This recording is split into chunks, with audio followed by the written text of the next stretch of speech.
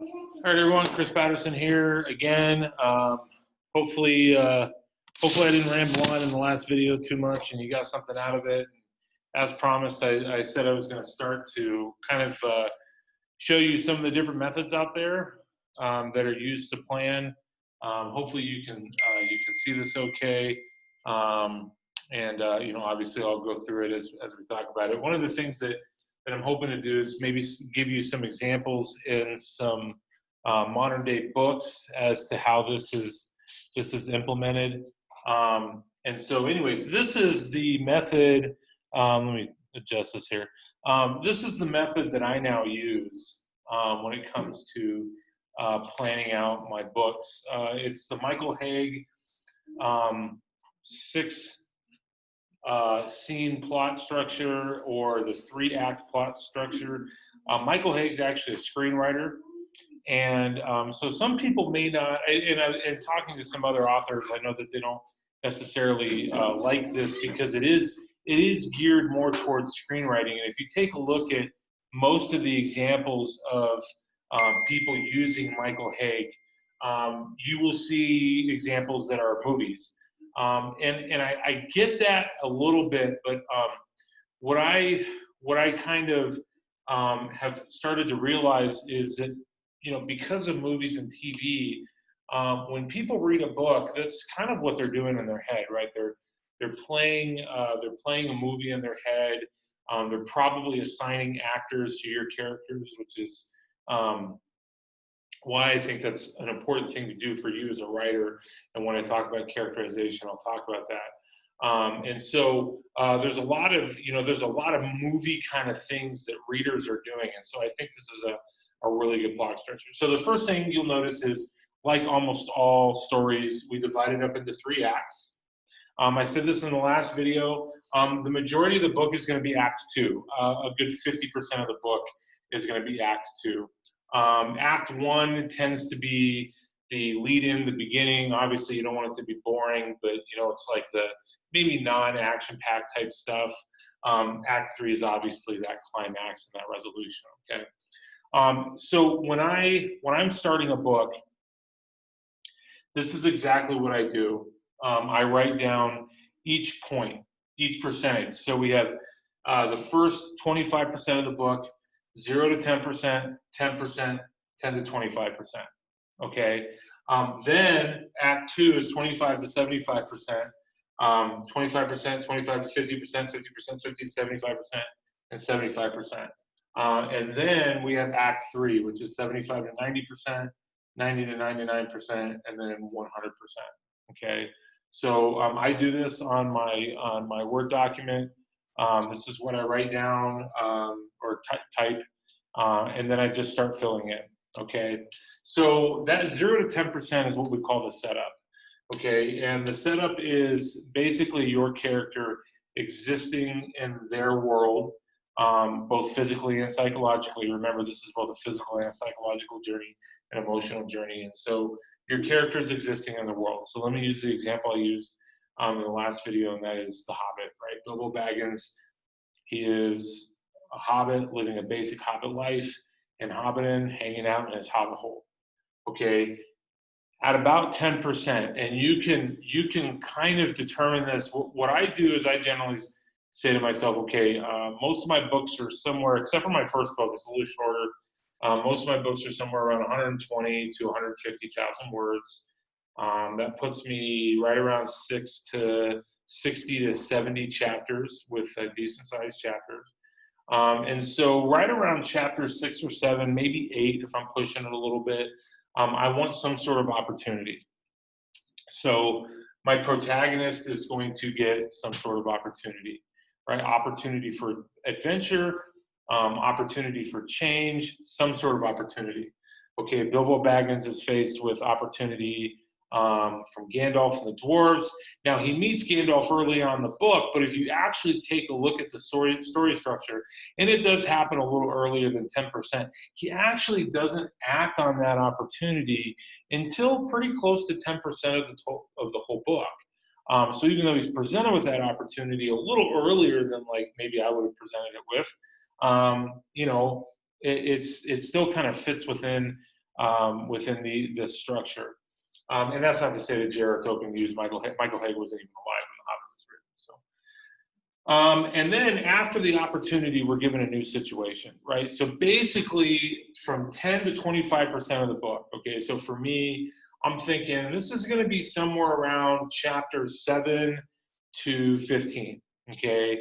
I have the adventure. This is the beginning of the adventure. Now, what's really important, okay, what's really important here is your character needs to be them, their unchanged self, physically and psychologically. Okay, I mean, if you take a look at Harry Potter and the first 25% of the Sorcerer's Stone, he is himself, right? He is unchanged. He's unchanged physically. He's unchanged psychologically. He's unchanged emotionally. He is Harry Potter for about the first 25% of the book. Bilbo Baggins is Bilbo Baggins for the first 25% of the book. My main character, Eric Eliodum, he is himself for the first 25% of A Chance Beginning. Okay, so this new adventure, this new situation, it's going to be out of the norm. Okay, this is not something that they would normally do, right? So even if you're writing a book about a hero, right, from the get-go, right? One of the things that I wanted to do was write a book about a guy who's not a hero and he becomes a hero. Maybe you're writing a book about a guy who is a hero, right? You're writing a book about, a crusader coming back from the Crusades and he's lauded as a hero. Or you're writing a book about, a famous starship pilot who's got, he's like the ace of the future, right? So what this needs to be in that situation, in that case, this would need to be an adventure that is out of the ordinary for that person, right? Again, we want this to be something new.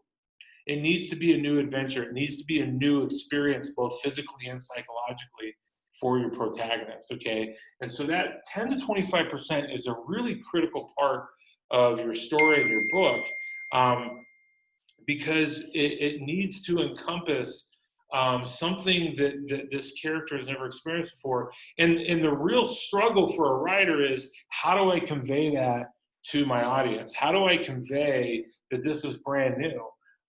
Now, in my case, with at least my first series, it's really easy to convey because my main character, my protagonist, is a young man who's been a farmer his whole life.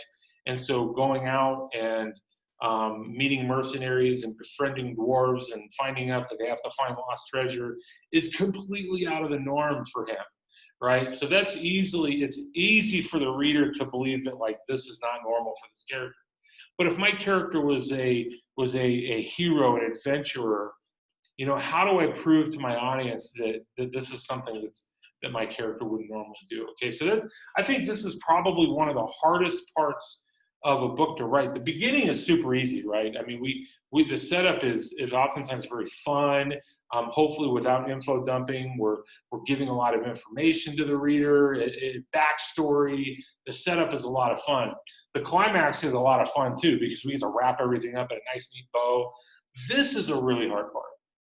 This is a part where we need to convince the reader that this is a new adventure, it's a new situation for my main character, and it's not a for sure thing, right? It's not a for sure deal, and especially in modern fiction, it's not a for sure thing, right? We have more and more stories coming out. I mean, George R.R. Martin is probably the master at killing characters that we come to deeply care about and love, right?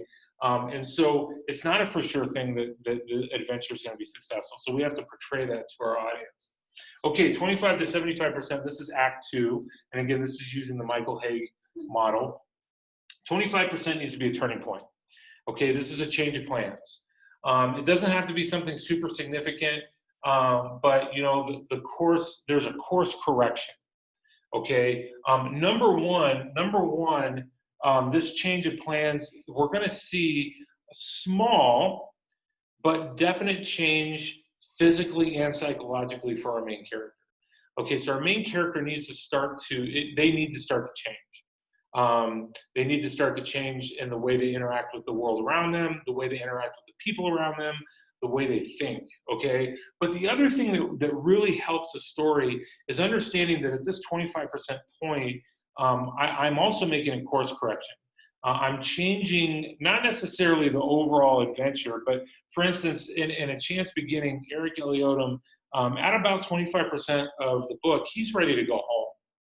Right now, obviously, that wouldn't be a very good story. That wouldn't be very exciting. So something happens to him, and something happens to his brother and his cousin, who are the two people that he's traveling with, that causes him to make a course correction. He changes what he's going to do. Okay, so after that turning point, we make more progress. So this again, this 25% of the book is typically speaking, I mean, in my opinion, I guess, this is a very easy part of the book or the story to write, right? This is the adventure. This is your main character starting to recognize that they're changing, and in some ways embracing that change, and in some ways resisting that change, and that can be very fun. If again, fantasy sci-fi, you're probably writing some fight scenes, some battle scenes, some conflict. We'll talk about conflict and how to write good conflict. But this progress, it's not just physical adventure progress. Excuse me, it's progress for your character as well. Your character is now changing, both embracing and resisting change physically and psychologically. At 50%, there's got to be a point of no return. Okay, and so when I first saw this, it seemed easy and hard at the same time. And I know that sounds weird, but the 50% point of no return. This needs to be again, we have to think of our stories both physically and psychologically. So a point of no return, right? I mean, this is a point in the story where there is no going back, right? My main character, Eric, he cannot go back home. Okay, but the big but here is my character also needs to realize that there is no going back to his or her old life, right? They are now physically and psychologically changed forever, okay? They are becoming a new person. And that is the hard part here to write, right? It's easy to say, Bilbo Baggins is now on the other side of the Misty Mountains, and he cannot go back to Hobbiton by himself, right? That's very clear, and I think most readers would recognize that physically, yes, there is no going back. However, in that moment, Bilbo Baggins, what maybe a lot of people don't recognize is that Bilbo Baggins has psychologically changed. After his encounter with the goblins and after his encounter with Gollum and finding the ring, he is now changing as a person. He's changing as a character. And there is no going back to the old Bilbo Baggins that was just chilling at home, smoking his pipe in his hobbit hole, right? And so that is also a major part of that point of no return, that 50%. And you want this about 50% of the book, right? I mean, when you think about halfway through the adventure, right, there's no going back. We've got to keep moving forward, okay? And then 50 to 75%, this is a lot of fun to write. These are complications, issues pop up. Again, think about your character trying to deal with the fact that now they're a changed person. Maybe they realize something about themselves. Even talking about writing, more modern day type stuff. They're in a job that they now know that they're not supposed to be in. They're in a relationship that they now know they're not supposed to be in. So this is going to create a lot of conflict, right? As the main character tries to now they have to really embrace their new person, right? The stakes get higher. So, if I'm a teacher in addition to a writer, so, if I just kind of plod along and I'm just a teacher and I just teach and there's nothing else, right? There's no stakes in that. I show up, I do my job, I teach kids, I coach, and I go home. Well, if all of a sudden I change and I say, well, I want to be an administrator, or I want to be, I want to go into, kind of educational politics or whatever. Now all of a sudden the stakes get higher, right? There's a change in my life, and I don't know that I'm going to do a good job. I mean, I believe I'm going to, I believe I'm going to do well, but I don't know that I'm going to do a good job. And so if I end up not doing a good job, they're going to hire someone else to replace me as a teacher. So if I try to go be a principal, I can't go back to that teaching job. Now, maybe I can find another teaching job, but I can't go back to that job, right? So the stakes are much higher, right? I have to succeed or, man, my life really changes. And so this is what happens in the book. All of a sudden, the stakes are much higher. What does failure mean, right? So again, Bilbo Baggins, he kind of starts along, he's going along with the dwarves and I don't know, they come across the trolls. And Bilbo's like, you know what? I'm out. I'm going back home. Nothing changes for him, right? Nothing changes for him. He goes home. He continues to do him, right? But they pass the Misty Mountains. At that point in the book, he cannot go home. In fact, the stakes of, especially after he finds a ring, which we eventually find out is the One Ring, the stakes of going home are much higher, right? In my own book, as Eric moves forward in his adventure, failure means death for not only him, but his family. Failure brings with it now, not just, I'm not an adventurer, I'm going to go home and be a farmer again. No, failure brings with it the idea that, hey, if you fail, someone out there is going to kill you and your family, right? So the stakes are much higher. And then finally, at 75% of the book, so for me, oftentimes, this is about chapter 45 or 50, 75% of the way through the book is a major setback. So, and again, this is really, really difficult.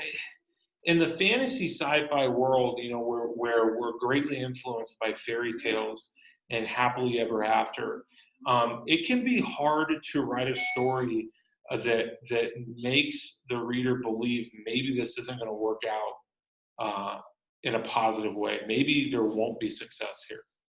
And again, this is something that I think like George R. R. Martin does really, really well. And because everything isn't rainbows and unicorns, and it's harsh, it's terrible.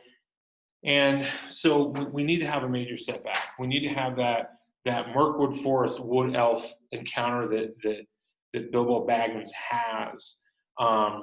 We need to have that kind of encounter where, man, it looks like, and even more now today than I think even 20 or 30 years ago, we need to have that moment where the reader really, really believes that this isn't going to work out. And there's some anxiety that we build with the reader. There's that anxiety that, hey, this may not have a happy ending. And even if it does, this is that moment where,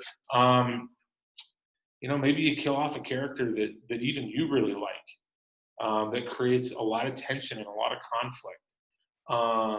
And again, this is both physical and psychological setback. I have one book that I wrote where, I have a main character that a lot of people have come to love. And he starts to contemplate taking his own life. So psychologically, he has a major setback, and I won't tell you if he does or not. But so this has to be a uh-oh moment. Like, I can't go back to my old life, but I don't know if I can keep moving forward either. Okay. 75 to 90%. This is the final push, and the really cool part about this is also overcoming the setback. Okay, so your main character or characters in a way have overcome this major setback. Now, it doesn't mean they've overcome it 100% successfully, right? Again, we don't really live in a fairy tale happily ever ending world anymore. And so I don't think that we necessarily want to write fairy tale happily ever after. It doesn't mean that we have to write dark. It doesn't mean we have to write stories where everyone dies and no one succeeds. But we also want to write stories that at least have some sort of semblance of reality, right? People read our stories because they want to exit from reality, but I don't think they want to exit so much from reality that it's completely unbelievable, right? And so that major push and that overcoming the setback, it needs to still sting a little bit. I think there needs to be some residual scars that are left over from the major setback and the whole journey, for that matter. 90%, 99% is climax, 100% is the aftermath. So basically, this is either the conclusion, if it's a standalone book, or you're at the very end of a series, or this is a transition into a new book or transition into a new series. Okay, so here's what I do, guys. I write all of this down, and I even use the verbiage. I write down what's happening just so I can reference. And then what I will do is I will go anywhere from a couple sentences to, say, 5 to 6 sentence paragraph about the setup. Okay, now my setup is going to be 5 or 6 chapters long. Okay, and you might be sitting there going, man, that's a lot of writing for stuff that people aren't going to read. Excuse me. It is, but I will tell you, after doing this now for, I have 6 books out, 7th one on the way, and I'm working on another 3. After doing this for 5, with one coming out, of my soon-to-be 7 books, it makes my writing so much easier and it flows so well.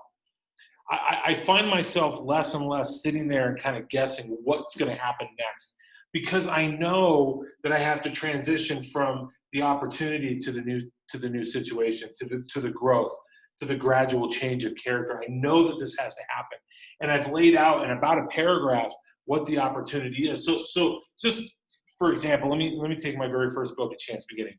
Right, the setup is Eric Eliodom. He's been away from home for 2 years. He's with his brother Bethel and his cousin Brian, and they've been trying to figure things out. His brother and his cousin, they don't want to be farmers anymore. They want to go. They want to become rich. They're young. I can empathize with that. I used to be a young guy, and you think the world is just, right? You're going to take the world by the horns, and you're going to make it rich. And they find out that that's not the case. So in their existence at this moment, Eric is struggling with the fact that he really does just want to be a farmer. He has no desire to be wealthy. He has no desire to be an adventurer or a hero like his brother and cousin. And he's imagining what's going on at home, right? He's imagining his mom and his dad, his sisters, distraught over him not being there. He's imagining there's some feudal lords that live around their farm area, and he's imagining that they're coming and taking their land, all these things, right?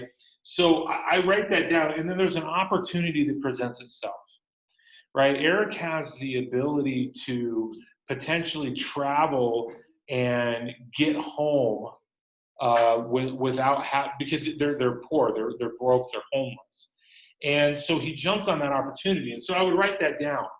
Right, he has an opportunity to join in a gypsy caravan, and as he's doing that, right, so that's the opportunity. And as he's doing that, he's starting to grow. He's starting to meet these people, even though he's been away from home for 2 years. He's been living on the street, so he really hasn't had an opportunity to interact with different and diverse people. Well, now he does, right? He starts to grow as a person. He starts to see that the world around him is much larger than his farm. It's much larger than the region that they've been in. So I write that down, right? And I know that I need to get there somehow. And then I write down, what, how is he going to grow? What does this new situation look like? But even more importantly, I write down, what does this change of plans look like? Okay, so something happens to Eric, something really drastically happens to his brother, and he's got to make a decision. Am I going to go back home like I want to? I want to go back home. I want to be with my parents. I just want to farm. Or am I going to stick it out with my brother and my cousin, because they definitely don't want to go back home? And, of course, so he's now faced with that decision. And so everything within the first 25% of my first book, right, I now know that. I'm not guessing what's going to happen. I know what's going to happen. And again, it can be fluid. It can change. But as I'm writing, and I've written this down, for each one of these points, I know that I'm always turning towards this point of, hey, he's got to make a decision. Is he going to go home, or is he going to stick it out with his brother and cousin? Right? And so I do that for each one of these points. I write about a paragraph of information. I give myself a general idea of what chapters these are going to fall in. Assuming that I have about 60 to 70 chapters. Again, that can be very fluid. As you go through your final draft, you'll probably combine chapters, split chapters, stuff like that. Okay, but this is the Michael Haig method, and this is the method that I now use. You can look it up online. I'll put some links in the description below, so you can look this stuff up for yourself. Make sure you subscribe to the channel. Make sure you click the bell icon, and I hope this is helpful for you guys. And I'm going to do a couple more videos on different ways to plan, some ways that I have used in the past that are also very good. I just don't use them anymore, which is okay. And then I'm going to start talking about some other things like characterization. How do we create our characters and stuff like that? So again, I hope you guys got a lot out of this. Happy reading, and until next time, this is Chris Patterson.